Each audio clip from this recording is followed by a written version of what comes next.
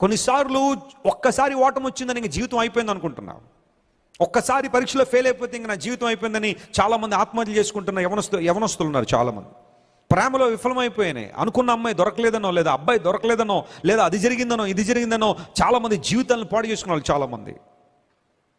నేను ఏదైనా ఇద్దరు ప్రేమికులు మన ఆంధ్ర రాష్ట్రంలో ఒక లాడ్జిలోకి వెళ్ళి ఇద్దరు కూడా సూసైడ్లు చేసుకున్నారు. అతనేమో పురుగుల మందు తాగేసాడు, ఆమెమో ఊరేసేసుకుంది. ఆ రూమ్ అంతా కూడా ఒక విషాదకరమైన పరిస్థితి. ఏంటి ఆ పరిస్థితి అంటే దాని వెనకాల ఏవో కారణాలు ఉన్నాయి. యవనస్తులే.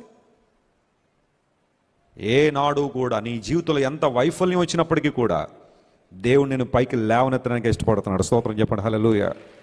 ఏనాడు కూడా అది ఎంత దౌర్భాగ్య పరిస్థితి అయినప్పటికీ కూడా దేవుడు నన్ను లేవనెత్తడేమో, ఆయన నన్ను పైకి లేవనెత్తడేమో, ఆయన నన్ను పట్టించుకోడేమో అని ఎప్పుడు నువ్వు అనుకోవడానికి వీల్లేదు. నీ వైఫల్యం ఎంత ఘోరమైందైనా దేవుడు తన చేతిని చాపి నిన్ను పైకి లేవనెత్తగలడు. హల్లెలూయా.